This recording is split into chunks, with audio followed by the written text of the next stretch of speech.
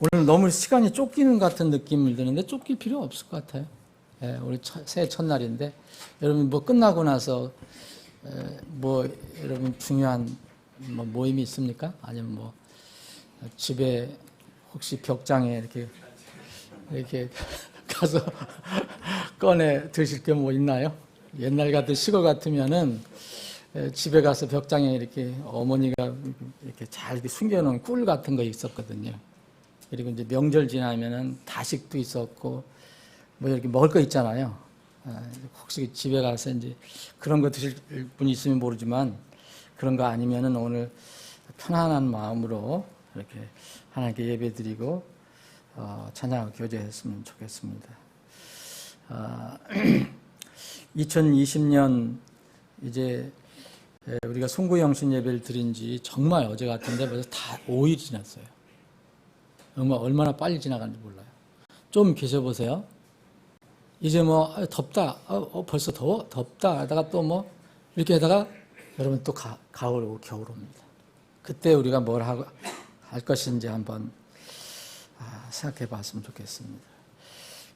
아침에 하나님께 정하신 이렇게 우리가 얘기하는 시간, 이렇게 타임 이런 것들에 관해서 좀 살펴봤는데 아침에 그 날, 데이라고 하는 거 그리고 주, 일의 시간 이런 걸 살펴봤는데 오후에는 해에 관해서 좀 잠깐 살펴보겠습니다.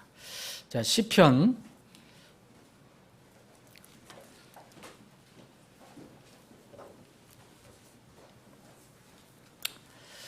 1편을 한번 오후 시간에 함께 봉독을 하겠습니다. 시편 1편. 여러분들이 좋아하시는 그런 성경 구절인데 시편의 첫 번째 장입니다. 시편의 첫 번째 장. 시편 1편. 경건치 아니한 자들의 계획대로 걷지 아니하고 죄인들의 길에서 서지 아니하며 모욕하는 자들의 자리에 앉지 아니하는 사람은 복이 있나니. 이게 원래는 여러분들 영어 성경 가지고 계시면 먼저 영어 성경은 복이 먼저 나옵니다. 복이 있나니 이렇게 돼요. 복이 있나니 경건하지 않은 자들은 이런 사람들이다. 그는 주의 율법을 기뻐하며 그분의 율법을 밤낮으로 묵상하는도다. 그는 물 있는 강가에 심은 나무고 제철에 열매를 맺는 나무 같으며 그의 잎사귀 또한 시들지 아니하리로다. 그가 하는 것은 무엇이든지 형통하리로다.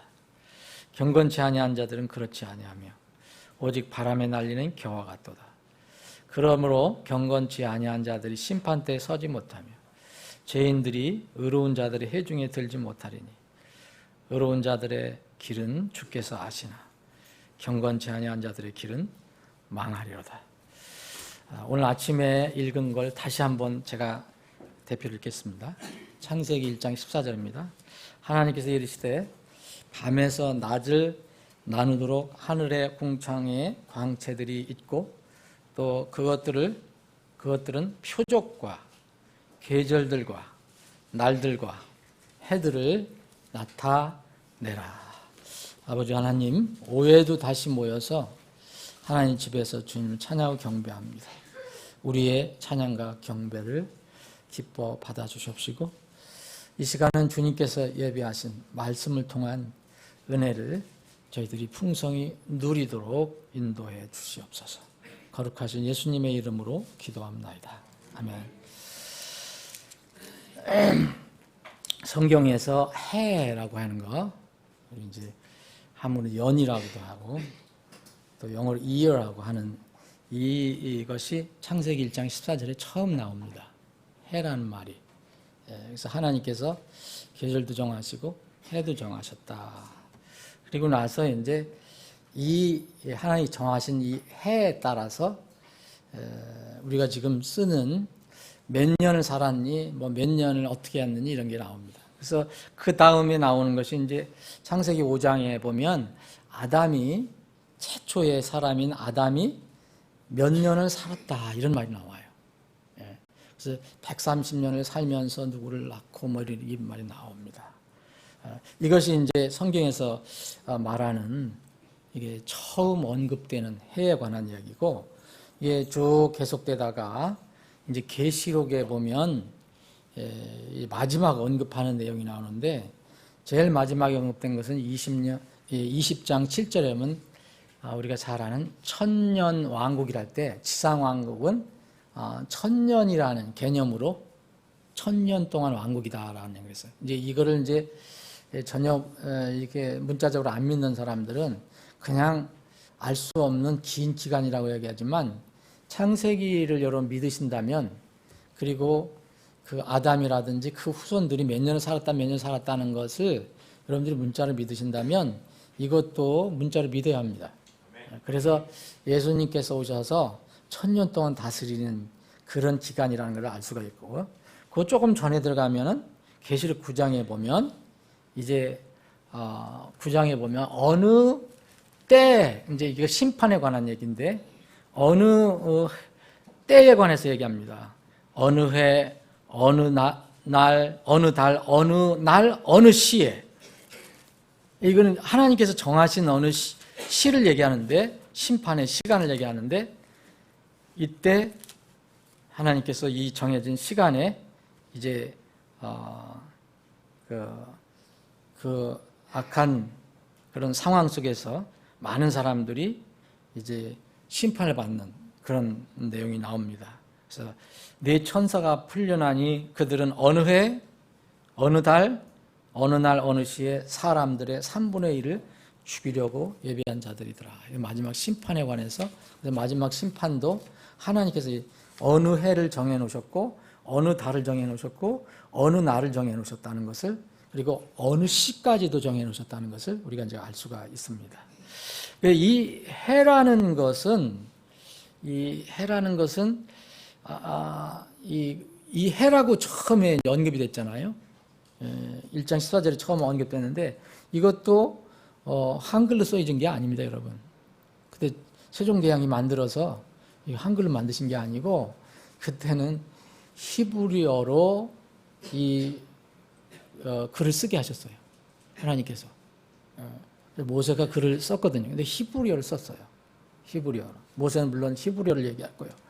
그런데 그 히브리어를 이렇게 살펴보면 이 해라는 것, 이어라는 거는 무슨 뜻이냐? 우리는 1년 365일 12개월, 이걸 1년이라고 생각하지만, 이 해라는 것은 히브리어로 보면은, 원래 성경이 쓰여졌던 그런 의미로 보면은요, 모든 명사가 대부분 동사에서 오거든요. 동사에서 오는데, 어떤 그 동사에서 왔느냐 하면은, 이런 책을 있으면 책을 이렇게 겹치다, 이런 얘기예요. 그러니까 하나를 둘로 만드는 거죠. 이런 의미예요. 그러니까 겹치면 뭐가 아닙니까? 늘어나는 거죠. 복사를 한다든지 복제가 나온다든지 그런 내용이 들어있어요. 이어라는 게. 그래서 사람은 말할 것 같으면 말을 하는데 다시 말한다는 뜻. 그러면 또 다른 의미에서도 고친다는 뜻도 있어요. 이거 다 모르겠지만 우리가 이제 이 성경에서 하나님께서 이 해에 관해서 말씀하실 때, 달에 관해서 말씀하실 때, 날에 대해서 말씀하실 때 뭘 말씀하신 것인가, 다 하나님께서 우리 성경을 통해서 말씀하는 영적인 교훈을 얘기하세요. 과학적으로도 그건 지금 진행되고 있는 거지만, 그래서 이 해라는 말을, 그 어원을 다 살펴보면 두 가지로 이렇게 분류할 수가 있어요. 분명히 이렇게 반복이 되는 거예요. 복사가 되는 거예요. 복제가 되는 거예요. 두 번째가 또 시작이 되는 거예요. 올해가 작년 2019년이 지났으니까 2020년 또 새로운 해가 시작돼요. 그래서 새로운 해, 두 번째가 시작되는 거예요. 이거는 자연에 관한 섭리로 이야기합니다. 자연. 그래서 올해 2020년이 지나면 또 2021년이 올 거예요. 자연이 흐르는 과정에서 해는 이미 있었던 것을 다시 반복한다. 이런 뜻에서 해라는 의미가 들어가 있어요. 그래서 봄, 여름, 가을, 겨울. 또 다시 봄, 여름, 가을, 겨울. 근데 사람도 이렇게 하나님께 정해놓으신 이 가운데서 우리 살아요. 근데 사람도 두 가지 본성이 있어요. 자연적인 본성에 따라서 움직이려고 하는 우리 본성이 있습니다. 예. 그것이 우리가 태어날 때부터 가지고 있는 거예요. 예. 자연에 따라서 살려고 하는 그런 경향. 여기에 해라는 의미에 거기에 들어가 있는 거죠. 그래서 우리는 자연 방식대로 살려고 합니다. 처음부터 이제 태어나서. 좋은 것도 있지만 나쁜 것도 많아요. 우리가 복음을 알기 전에는 이게 다 좋은 건 줄 알았거든요. 복음을 아니까 이게 다 좋은 게 아니라는 것을 알게 됩니다. 자연적인 본성이 다 좋은 게 아니에요. 여러분 요새 이 동성애, 지금 동성애 얘기 갑자기 생각이 나서 그랬는데 얘기하려고 하는 건 아닌데, 동성애를 지지하는 기독교와 목회자와 기독교인들이 있어요. 이분들은 본성에 따라서 자기가 자연적으로 살아가는 그런 상황 속에서만 그걸 가지고 판단하기 때문에 그런 결론을 내리는 거예요. 우리 누구든지 그렇게 될 수 있어요. 하나님 말씀 제쳐놓고 하려면. 우리가 자연적인 방식대로 그렇게 생각을 하는 거예요. 예를 들어서 그렇게 생각해요. 어떤 사람. 아니 동성애 하는 사람이 태어날 때부터 그런 성향을 가지고 있는 사람도 있다. 어떤 목사도 그렇게 얘기하고. 참 굉장히 대단해. 난 다른 건 몰라도 왜 성경이 왜 그렇게 안 돼 있는데 왜 그런 걸 얘기하지 않을까? 그러면 여러분 이 성경은 뭐라고 합니까? 우리는 태어날 때 사람들은 뭐예요? 선이에요? 의인이에요? 죄인이잖아요. 본성으로 여러분 다 악하잖아요. 그 모르시면 여러분들 어린 시절에 어떻게 컸는가 여러분들 물어보세요. 부모님들한테. 네.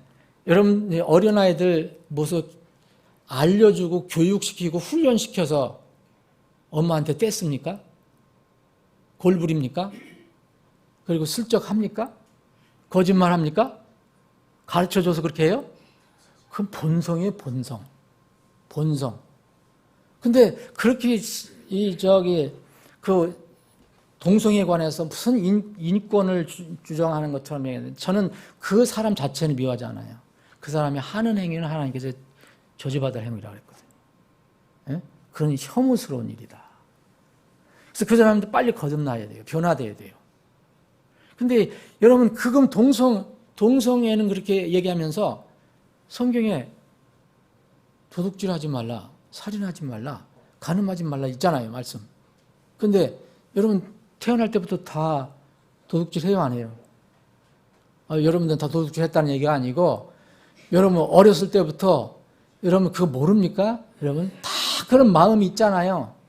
엄마 몰래 뭐 하려고 그러고, 아빠 몰래 뭐 하려고 그러고. 태어날 때부터 그런 거예요. 그거를 자꾸 하나님 말씀을 통해서 이게 죄다, 불의다, 불법이다를 알려줄 때 그 사람이 변화될 수 있는 거예요. 동성애도 똑같은 거예요. 만약 혹시 선천적인 거라고 난 믿지도 않지만 후천적인 게 거의 대부분이에요. 선천적이라는 거 주장하는 사람들의 말을 내가 100% 인정을 한다 해도, 양보를 한다 해도, 그러면은 이런 사람들은 태어날 때부터 죄 안 짓습니까? 여러분 누가 무슨 어떤 사람이 살인하면 살인하고 싶어서 하는 사람도 있지만 우발적으로 하는 사람도 있어요. 그리고 가르쳐주지도 않는데 웬 악들을 그렇게 죄를 많이 져요.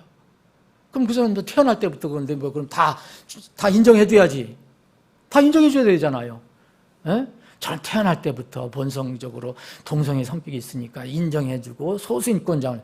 그럼 도둑들도 다 소수인권 인정해라. 다 가늠하면서 소수인권 인정하라. 다 나올 거 아니에요. 하나님 말씀을 몰라서 그래요. 하나님 말씀. 이게 인간의 방식이에요. 자연적인 방식으로. 이게 본성적인 방식이에요. 본성적인 방식. 이게 육으로 태어난 삶의 길입니다. 그래서 또 하나 해에 들어가 있는 의미가 뭐냐면 자꾸 이렇게 늘어나다, 복제하다, 이런 의미가 있잖아요. 그 중에 하나가 뭐냐면 고친다는 거예요. 복제를 하는데 고치는 거예요. 바꾸는 거예요. 이어라는 뜻에 거기에 그게 들어가 있습니다. 새롭게 된다는 거예요. 이거는 뭡니까? 본성을 초월하는 거예요. 본성을 초월하는 거. 초자연적인 예예요. 그런데 이 해에 두 가지 이런 큰 의미가 들어가 있다는 거예요. 그건 뭡니까? 어떤 사람은 해가 바뀌어도 아무 변화가 없어요. 또 금년도 우리가 그 복음을 전하고 기도하고 그래도 어떤 사람은 또 12월 30일까지도 똑같이 한 해만 또 복제가 된 거지 변화가 안 일어나. 그런데 어떤 사람은 변화가 일어나는 거예요. 변화가 일어납니다. 그 사람들, 변화 안 일어나는 사람에게도 해고 변화 일어나는 사람에게도 해입니다. 의미로는 두 가지 의미가 있어요. 그런데 어떻게 변화가 일어날 수 있느냐, 어떻게 복제라 다시 복사나 다시 이게 똑같은 것을 낳을 수가 있느냐, 여기에 하나님 말씀이 들어있다는 거예요. 하나님 말씀이 빠지면은 계속 반복적으로 변함없이 반복하는 걸 복수하는 거예요. 올해도 올해고 내년에도 내년에고 계속. 여기 그래서 여러분 이 성경에도 보면 왜 변화가 안 일어나는가? 왜 변화가 안 일어나는가? 왜 회개하지 않는가? 이런 것을 이 대언자들이 이렇게 외친 겁니다. 자, 그러면은 어떻게 해가 오래 변할 수 있는 정말 하나님께서 준비하신 그런 새로운 시작이 되고 새로운 언약이 생기고 새로운 성품에서 살아갈 수 있게 되느냐? 그거를 시편 1편이 얘기해주고 있어요. 시편 1편이.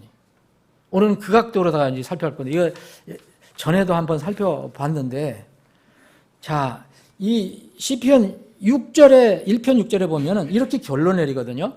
의로운 자들의 길은 주께서 아시나, 경건하지 아니한 자들의 길은 망하리로다 그랬어요. 아는 거하고 망하는 거에 대비가 됐어요. 하나님이 모르시면 망하는 거예요. 하나님이 알지 않으면 망하는 거예요. 하나님이 인정하지 않으면 그건 망하는 거예요. 그런데 의로운 사람하고 경건하지 않은 사람하고 대비가 됐습니다. 그런데 이 의로운 사람은 어떻게 해서 그러냐? 여러분, 우리가 태어날 때부터 의롭지 않다 그랬잖아요. 우리가 변화되지 않으면 똑같은 해가 또 반복되는 거예요. 그런데 이것을 얘기해 줍니다. 이 시편 기자는. 자, 1절, 2절 이것이 방법이에요. 어떻게 변화되느냐 이거예요. 어떻게 변화되느냐. 자, 1절에는 세 가지 부정적인 것, 소극적인 것을 얘기해줘요. 소극적인 면. 소극적이라는 것은 최소한 안 하는 걸 얘기하는 거예요. 소극적인 것은. 적극적인 건 뭐예요? 내가 해드려요. 소극적인 것은 무슨 일이 나는데 내가 바라보고 내가 거기를 들어가지 않는 거예요. 그리고 적극적인 것은 내가 뛰어 들어가는 거예요. 이 방법을 얘기해 줍니다. 어떻게 변화될 수 있느냐? 여러분, 어떻게 변화될 수 있느냐? 3절, 4절, 5절은요, 결론이에요. 방법이 아니에요. 1절, 2절이 중요합니다. 1절, 2절. 1절, 이렇게 얘기합니다. 1절, 경건하지 않은 자라고 그랬어요. 이 아니한 자들 있잖아요. 영어로 하면 가들리 하지 않은 사람들, 하나님을 따르려고 하지 않은 사람들 얘기하는 거예요. ungodly. 예? 하나님을 따르지 않으려고 하는 사람들을 ungodly, 경건하지 않은 자들이라 했어요. 그리고 또 두 번째 사람이 나와요. 죄인들이라고 얘기해요. 세 번째는 조롱하는 자들이라고 나와요. 이 세 부류가 나오고 이 세 부류가 가지고 있는 어떤 방법과 길이 있어요. 자, ungodly, 이 경건하지 않은 사람들은 뭘 가지고 있냐면 계획을 가지고 있어요. 계획. 우리가 계획이라고 번역을 했어요. 이건 카운슬인데 이것은 누구에게 이렇게 권면해주고 또 부정적으로 얘기하면은 모사를 해준다는 모사. 다 기가 막히게 뭘 이렇게 알려주고 그런 거 있잖아요. 전쟁 날 때 모사 하잖아요. 그리고 어떤 사람은 모사꾼이라고 되잖아요. 기가 막힌 머리가 잘 돌아간다. 꾀가 많다. 꾀도 이 말이 될 수가 있어요. 카운슬이라는 거. 좋은 얘기하는 권면이에요. 권고, 충고. 나쁜 의미로 하면은 꾀예요, 꾀. 이 경건하지 않은 사람들은 뭘 가지고 있냐면 꾀가 있어요. 간계가 있어요. 이걸 계획으로 했어요. 여기서는. 그 다음에 죄는요. 죄인들은 뭘 가있냐면 길이 있다고 그랬어요. 길. 죄인들이 가는 길이 있어요. 그리고 모욕하는 자들, 조롱하는 자들, 이 사람들은 뭘 또 가지고 있느냐면 자리가 있어요. 자리. 그래서 이것을 조심하라. 이것을 조심하라. 해를 바꾸려면, 변화를 시키려면, 하나님이 원하시는 그런 뉴 라이프, 새로운 삶을 살려면 이걸 해라. 이건 뭐냐? 하지 말라는 거잖아요. 하지 말라는 거. 여러분, 이 경건하지 않은 자들은 계획과 꾀를 가지고 있어요. 그러면 이것에 어떻게 해야 돼요? 같이 걷지 말라는 거예요. 거기 끼어들어가서 걷지 말라는 거예요. 두 번째, 죄인들은 이런 길을 가지고 있는데 여기에 아주 서지 마라 그래야 돼요. 근데 길은 방법도 얘기할 수 있어요. 죄인들의 길이라고 하는 것은 죄인의 방법도 될 수 있어요. 왜이니까. 여기에 아예 서지 마라는 거예요. 모욕하는 자들, 조롱하는 사람들이 막 하나님 하면서 조롱하는 사람들이 있잖아요. 기독교인들 조롱하는 사람 무덤에 파보지 거기 혼 있나 이런 사람들이 있잖아요. 아주 조롱하는 사람들이 있잖아요. 이런 사람들을 자리가 있다는 거예요. 이 자리에 뭐라 했습니까? 앉지 말라는 거예요. 가지 말고 서지 말고 앉지 말라는 거예요. 여러분, 우리 삶을 잘 생각해 보세요. 자, 조롱하는 사람들 자리가 있다고 그랬어요.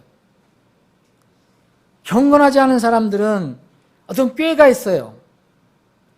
그리고 죄인들은 어떤 방법이나 길이 있어요. 그럼 우리 삶을 보면요, 앉거나 서거나 걷는 거예요. 다 보면 여러분 보세요. 자는 것도 앉는 거예요. 그 부류에 들어가요. 그럼 여러분들 뭘 하든지 보세요. 회사를 가서 뭐 하든 집에 와서 뭐 하든 밥을 먹든 뭘 하든 간에 걷고 서고 앉는 겁니다. 이때 주의하라는 거예요. 경건하지 않은 사람, 하나님을 따르지 않은 사람, 하나님의 성품을 따르지 않는 사람들하고 아예 걷지도 말라는 거예요. 그렇지 않으면요, 그 계획에 빠져요. 꾀에. 그리고 죄인들은 방법이 다 있거든요. 가는 길이 있어요. 죄인들의 가는 길이 어딥니까? 정해져 있어요. 죄인들의 가는 길은 여기 5절에 보면 의로운 자들의 회중에 못 들어와요. 이거 멸망을 얘기하는 거예요. 멸망. 정해져 있어요. 아침 말씀해 드린 아침 설교에 적용해 본다면 아침인 것 같지만 낮인 것 같지만 뭐가 결정이 돼 있어요? 밤이 결정이 돼 있어요. 그 사람들, 죄인들의 길에 절대로 서지 말라는 거예요. 그리고 조롱하는 자, 모욕하는 자리에 앉지 마라. 왜냐하면 앉으면요 같이 조롱하기 시작해요. 똑같이 시작해요. 이렇게 하지 않는 사람은 최소한도 소극적으로 복이 있다는 거예요. 이거는 왜 이게 복이 있다 그랬으면 이 사람들이 당하는 것은 여기 정해져 있어요. 자, 4절에 보면은요, 경건하지 않은 자는 형통하지 못한다 그랬어요. 바람에 날리는 겨와 같다 그랬어요. 그리고 5절에 보면 심판대에 서지 못한다 그랬잖아요. 근데 여러분, 심판대에 하나님 앞에 서지 못해요. 심판대에 서지 못해서 나중에 심판받아 어디로 가요? 지옥으로 떨어지는 거예요. 여기 근데 잘못하면요 죄인들의 길에 선다 그랬어요. 죄인들이 휩쓸려 서는 거예요. 똑같이 죄인이 되는 거예요. 죄인들의 또 서지 못하며 죄인들의 의로운 자의 회중에 못 들어온다. 이러면 다 앞으로 우리가 본향에 가면은 거기에는 하나님의 생명책에 기록된 자들로 발견돼 드러난 자들만 들어간다 그랬잖아요. 그게 의인들의 회중이에요. 의인들의 회중에 못 들어간다고 나와요. 이건 여러분 한두 가지 무슨 잘못하고 악하게 살고 그런 얘기하는 게 아니에요. 신분적으로 의로운 사람과 의롭지 못하다는 사람을 얘기하는 거예요. 그리고 6절에는 결론으로 의로운 자들은 길은 주께서 아시나 경건치 아니한 자들 길은 망하리라 라고 말씀하셨습니다. 이런 복 있는 사람, 소극적 이루는 이 세 사람 부류에 동조하지 마라 이거예요. 이것이 영적인 분리입니다. 영적인 분리. 이 시대의 영적인 분리가 얼마나 미약한지 몰라요.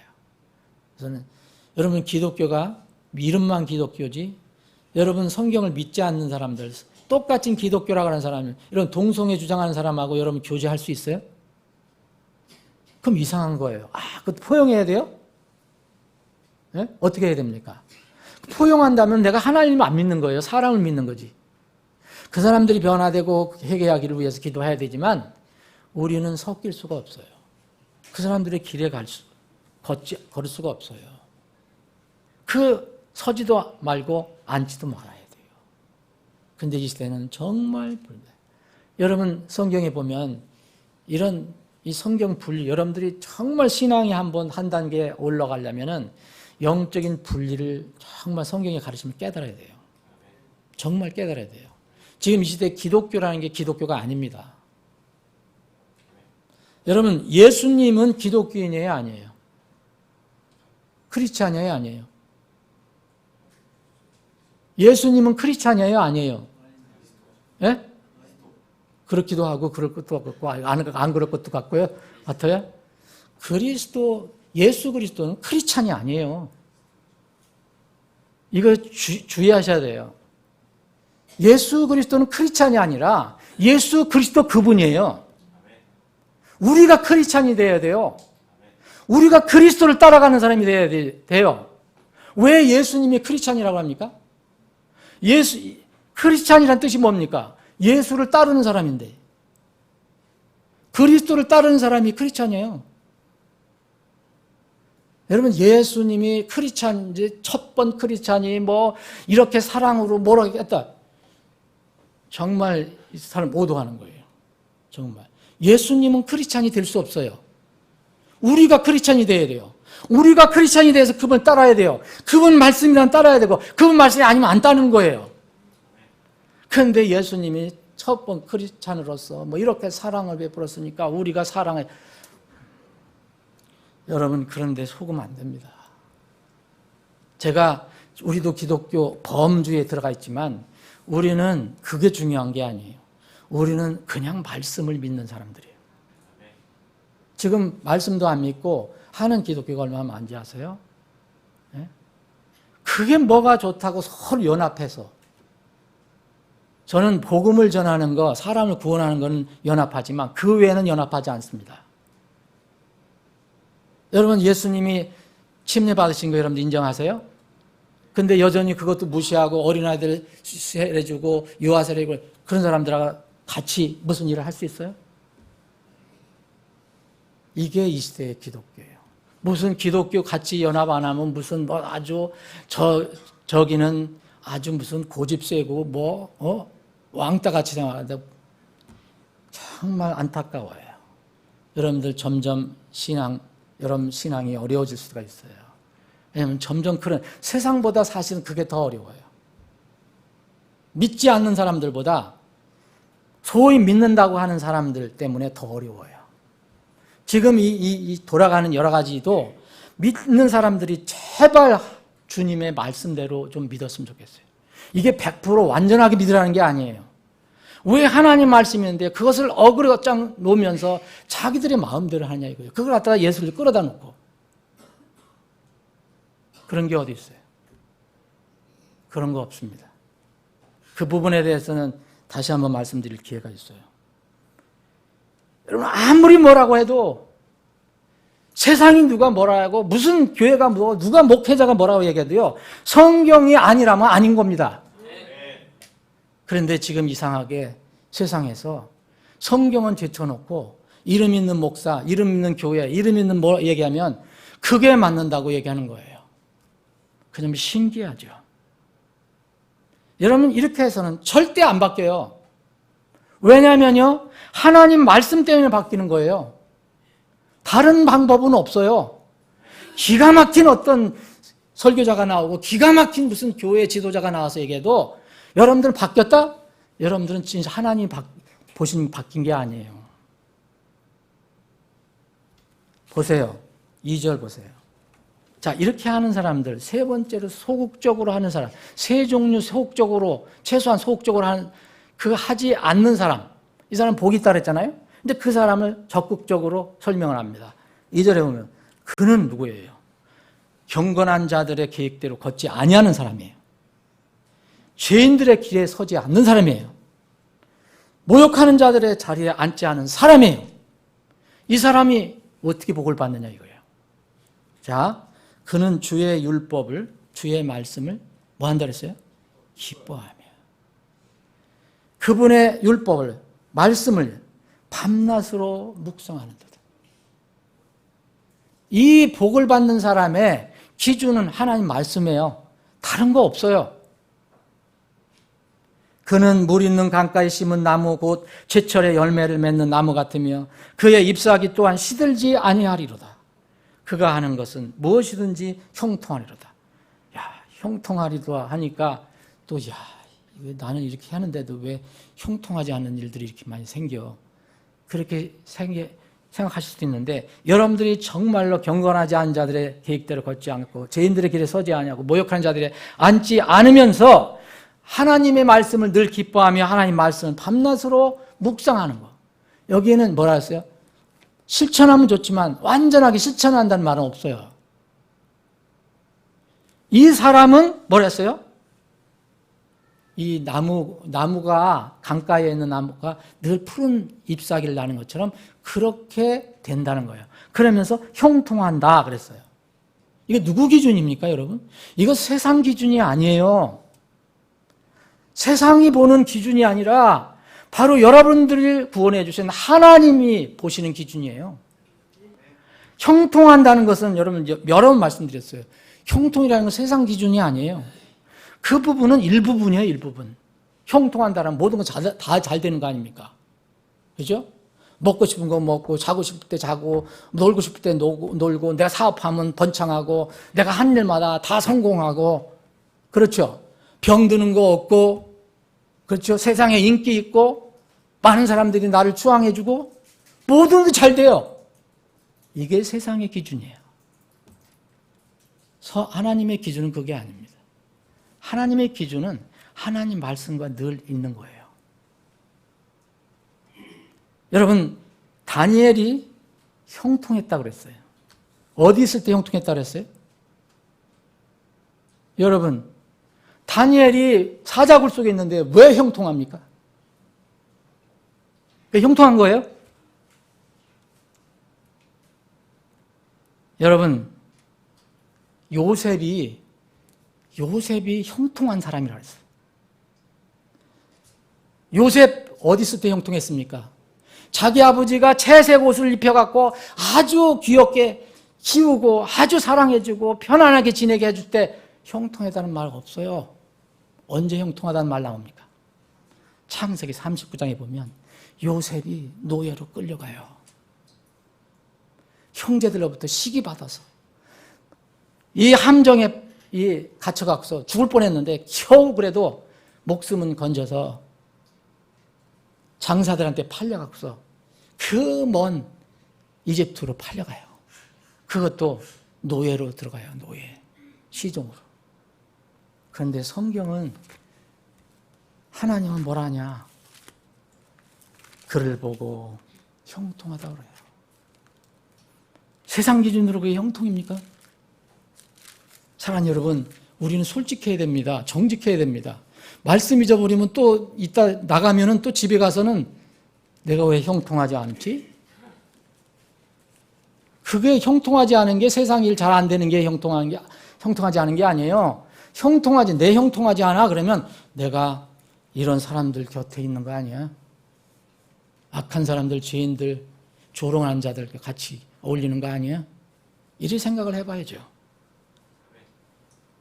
요셉이 이렇게 얘기합니다. 에? 모든 사람들 볼 때 주께서 요셉과 함께 하심으로 그가 형통한 자가 돼요. 성경의 원리는 바뀌지 않습니다. 이 말씀은 누굴 말합니까? 보이지 않는 하나님이에요.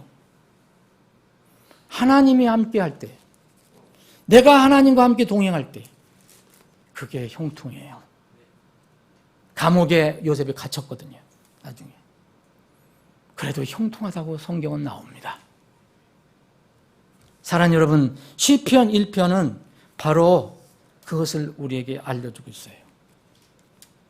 이 형통은요, 복은 여러분 물론 하나님께서 복을 주시는 거예요. 그런데 하나님께서 복을 받기를 원하는 사람들한테는 이렇게 얘기하는 거예요. 소극적으로 할 일이 있어요. 영적 분리를 해야 돼요. 적극적으로 할 일이 있어요. 하나님 말씀이 더 가까이 가는 거예요. 이게 복 있는 자예요. 그러면 복이 따라서 만날 복 달라고만 외치면 복이 되느냐? 아닙니다.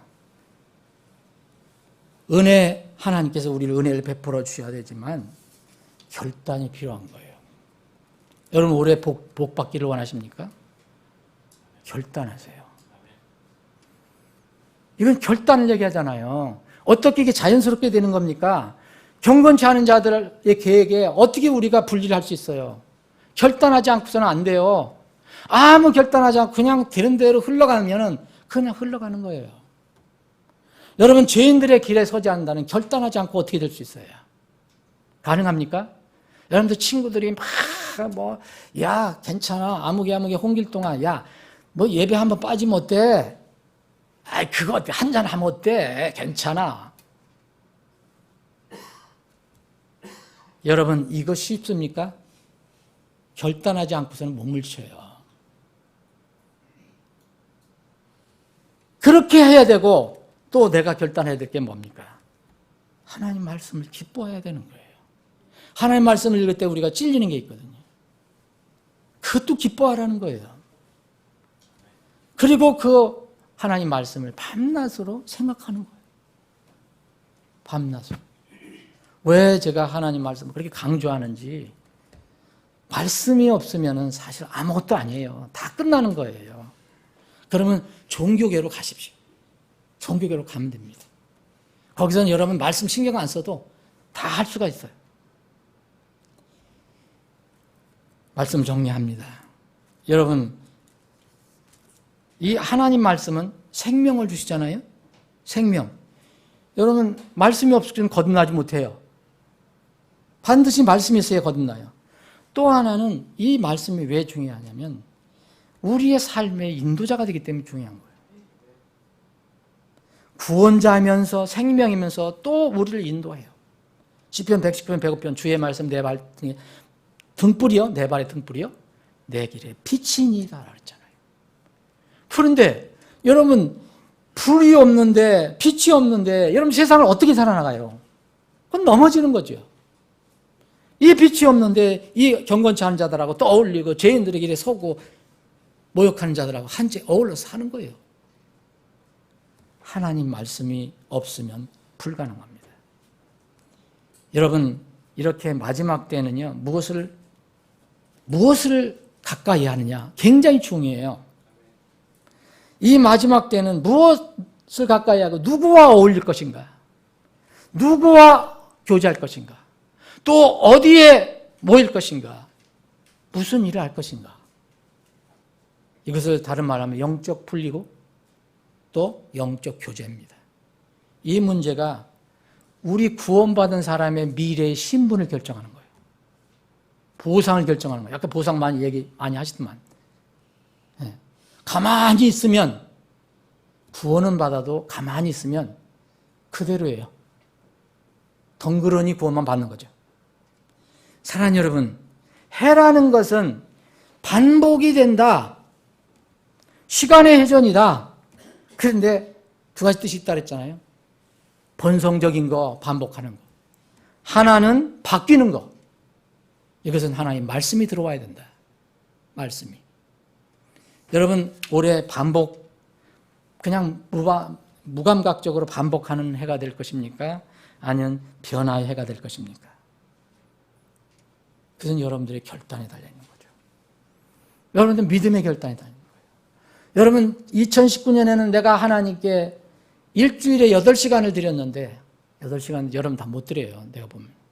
일주일에 2시간을 드렸는데 이제는 2020년에는 4시간을 드려야 되겠다. 나는 몇 시간을 드려야 되겠다. 나는 우리 형제한테 좀 더 친절하지 못했는데 올해는 내가 정말 사랑스럽게 대해야 되겠어. 내가 가다가 또 좌절할 수도 있겠지만 그렇게 하겠어. 이런 결단이 필요해요. 믿음이 필요해요. 그렇지 않으면 2020년 똑같아요, 여러분. 똑같아.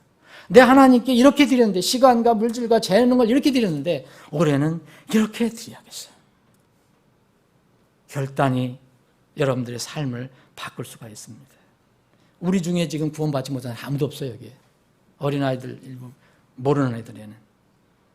진리를 모르면 다 구원받아야 되지만 우리는 죄사함 받고 새로 거듭난 사람이기 때문에 올해도 계속해서 작년과 같은 삶을 계속 살 것이냐 아니면 우리에게 주어진 진리의 삶을 날마다 새롭게 하며 살 것인가. 성령께서 여러분들에게 힘 주시고 격려해 주실 때에 성령님을 따르십시오. 우리는 다시 거듭날 필요 없어요. 여러분들이 거듭났다면. 그런데 육신은 날마다 새롭게 바뀌어야 돼요. 만날 바뀌어야 돼요. 매 시간 바뀌어야 돼요. 내 육신의 본성과 욕심은 날마다 커져가는데 그것을 날마다 죽이고 줄이는 그런 일을 해야 돼요. 이 일을 해야 돼요. 시편 1편 1절 2절 이 일을 해야 됩니다. 내 육신은 날마다 작아지고 본성은 날마다 작아지고 내 안에 계시는 하나님 성령님은 날마다 더 커지시고 역사하시고 활발하게 역사하시는 그런 해가 되어야 됩니다. 그런즉 내가 이것을 말하노니 성령 안에서 걸어라. 그리하면 너희가 육신의 욕심을 이루지 아니하리라. 그리스도께 속한 자들은 애착들과 정욕들과 함께 육신을 십자가에 못 박았느니라. 여러분 2020년 오늘 오후 예배 특별히 참석한 여러분들에게 정말 형통한 한 해가 되길 바랍니다. 복 있는 하나님께서 복 있는 자여라고 그런 말씀하시는 여러분들이 다 되시기를 바랍니다. 자, 오늘 주님 만찬하겠습니다. 두 분 형제님 모시겠습니다.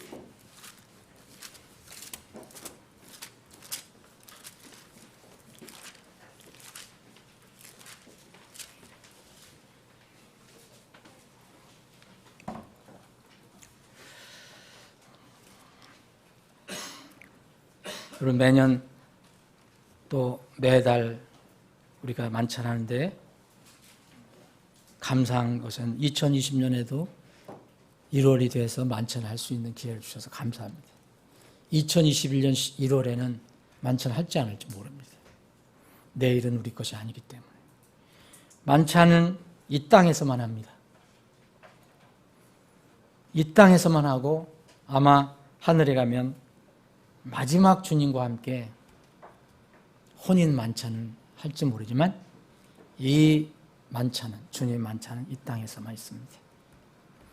이 만찬을 기억하시면서 이 만찬의 주인이신 주님이 여러분들과 어떤 관계인가, 주님께서 여러분들에게 또 무슨 일을 해주셨는가, 그리고 주님께서 여러분들에게 무슨 명령을 주셨는가를 한번 생각해 보시면서 첫 만찬을 임하기를 바랍니다. 아버지 하나님, 만찬을 저희들이 할 때 새 만찬, 첫 만찬을 합니다. 주님께서 이 만찬, 주님의 만찬 이 시간에 함께 해주셔서 우리와 동행해 주시고 우리를 인도해 주시옵소서.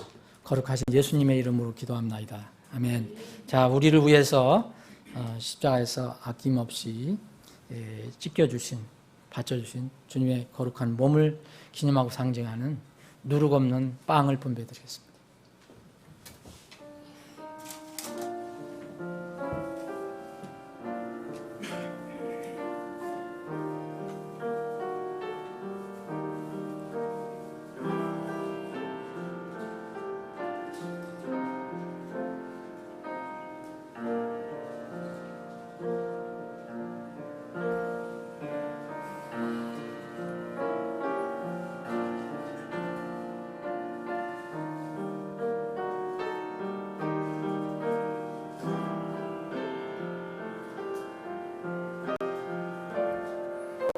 우리는 그리스도 안에서 한 형제 자매입니다.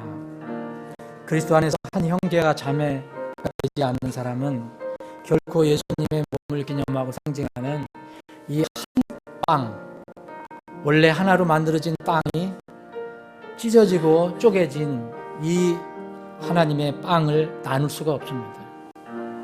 우리는 그리스도 안에서 하나이기 때문에 예수님의 몸을 상징하는 이 작은 빵을 함께 나누는 겁니다. 우리가 각자 조그만 빵 조각을 먹지만 이 조그만 빵 조각은 다 주님 안에서 하나입니다. 우리가 곧 하나님의 나라에서 주님과 함께 주님을 찬양하면서 주님의 만찬을 마지막으로 할 수 있는 기회가 있으면 좋겠습니다.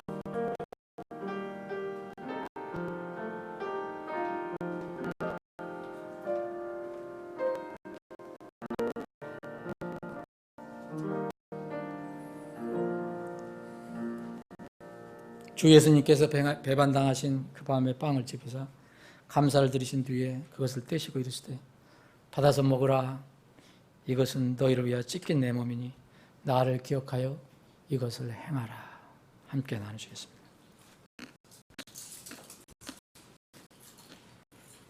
다음은 죄인들을 위해서, 세상들을 위해서 십자가에서 흘려주신 주님, 그분이 십자가에서 피를 흘려주셨는데 그 피를 기념하고 상징하는 잔을 분배드리겠습니다.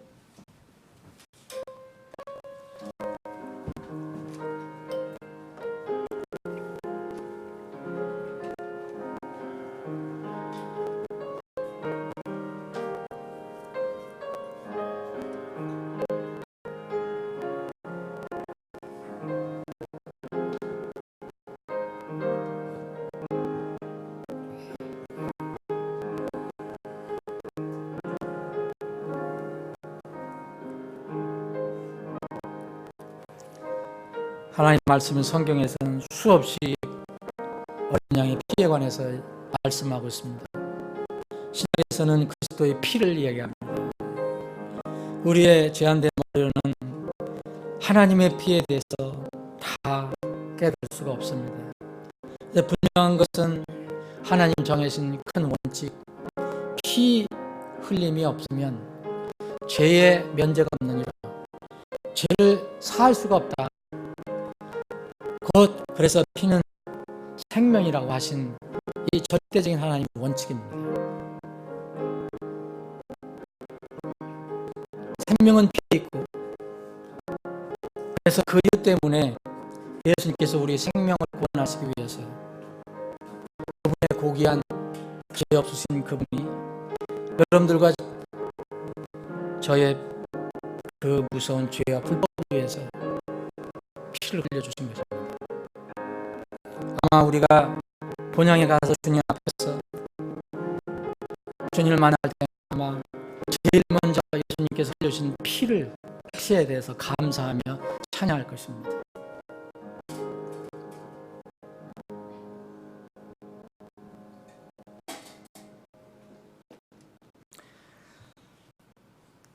잔을 집으시고 이르시되 이 잔은 내 피로 세우는 새 상속 언약이니 너희가 그것을 마실 때마다 나를 기억하여 이것을 행하라 하셨느니라.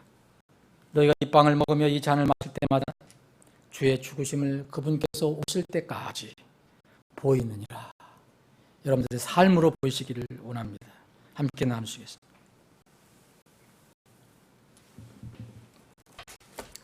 네, 오늘 주님 만찬 모두 마치겠습니다. 이제 간단히 아마 그 선도집에 보고